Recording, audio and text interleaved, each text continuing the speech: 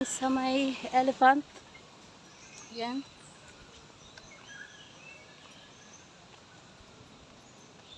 Yun si Anami sa likod.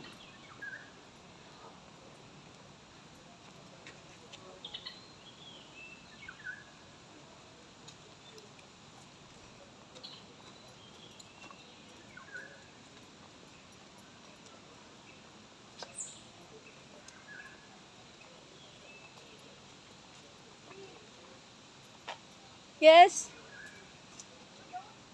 Karon lang. Then? Ayun o.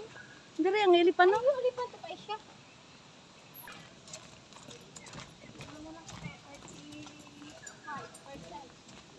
Ha? Oh, charge ka na dayon.